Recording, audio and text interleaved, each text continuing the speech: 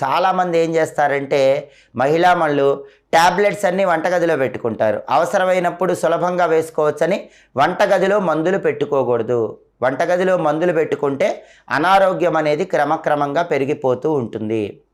అలాగే వంటగదిలో విరిగిపోయిన పాత్రలు ఉండకూడదు, చిల్లులు పడ్డ పాత్రలు ఉండకూడదు, సొట్టలు పడ్డ పాత్రలు ఉండకూడదు, తుప్పు పట్టిన పాత్రలు ఉండకూడదు. అలాంటి వంటగదిలో ఉంటే అన్నపూర్ణాదేవి అనుగ్రహం తగ్గిపోతుంది. దానివల్ల ఆర్థికంగా అనేక రకాలైన సమస్యలు ఎదురవుతూ ఉంటాయి.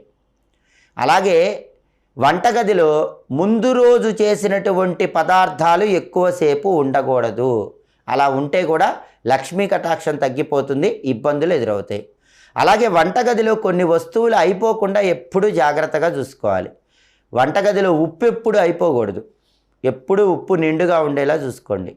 పసుపు కూడా అయిపోకూడదు, పసుపు నిండుగా